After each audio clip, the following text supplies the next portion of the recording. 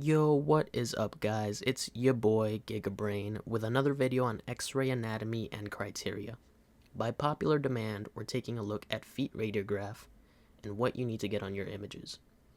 Your basic foot order is going to have 3 images, so let's check them out. Oh, I don't know how this got on here. I am so sorry about this, guys. Weird. Let's continue. Okay, someone has clearly sabotaged my presentation. This is an educational video. I don't know what's going on here. Let's get back on track. Alright, now we're back on track. I'd like to thank the sponsor of today's video, Quentin Tarantino. He's a huge fan of the channel, and he reached out to me about making a video on a subject he's really passionate about. Let's all give a huge shout out to Quentin Tarantino. Okay, let's take a look at some foot anatomy.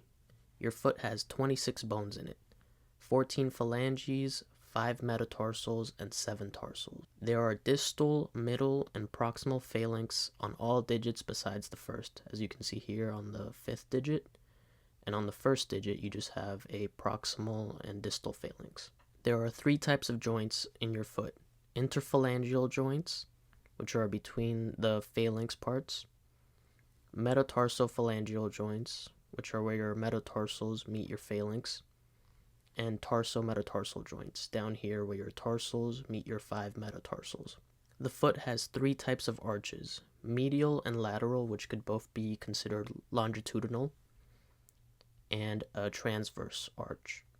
And people have more or less of these arches, that's why some people are flat-footed. For your tech factors, you're going to want 40-inch SID, 55 to 65 kVp, depending on how thick or maybe the person's foot is wrapped. So you want to make sure you penetrate through it and reach the IR. You want a 10-degree posterior angle to open up joint spaces and match the arch of the foot that we talked about earlier, that longitudinal arch. You want your marker placed laterally to collimate as close as possible. Weight bearing, if you do those, may require more posterior angle. And weight bearing oblique should have a 20 to 25 degree medial angle so that it is true weight bearing. You don't want the person to just lean and take weight off their foot. Alright, our first of 3 images is your AP foot. On your AP foot, you want to see from the distal phalanx down to the tarsals. You're not going to get that calcaneus well visualized because of the talus and the tib fib. You want to make sure that your metatarsals have symmetrical concavity. We'll see what asymmetrical looks like on the next slide.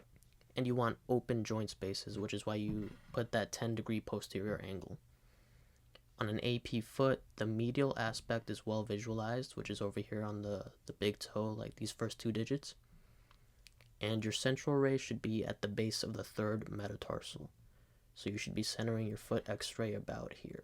Our second image is a medial oblique foot. On this one, you want to see from the distal phalanx to the calcaneus. And the calcaneus is a little more well visualized on this one than it is on the AP foot.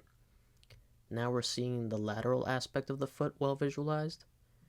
And you want your patient to turn their foot inward 30 degrees. On this view, we also have the base of the 5th metatarsal in profile, which is a very common fracture site. And we have asymmetrical concavity on the metatarsals. For the oblique foot, you don't want that 10-degree posterior angle, and you keep that central ray of the base of the 3rd metatarsal. Alright, our third image is a lateral foot. On this one, you're going to see from distal phalanx down to the calcaneus, and now we would say the calcaneus is well visualized or in profile. The metatarsals and phalanges should be superimposed as they are here, and you want to see that tibio-talar joint or ankle joint. And to see that, you need the foot to be dorsiflexed, which is essentially you get the patient to have their foot and their leg make a 90-degree angle. Your central ray is mid-cuneiform, so about here. Okay, last thing, guys. I can't make a video about feet x-ray and not at least mention, in case, someone doesn't know. On the set of Lord of the Rings, The Two Towers, when Viggo Mortensen kicked that helmet and cried out in pain, he actually broke his foot. I think it's very important that people know this, and I will never skip a chance to let people know. That's all I have for you guys today. Let me know what you would like to see next.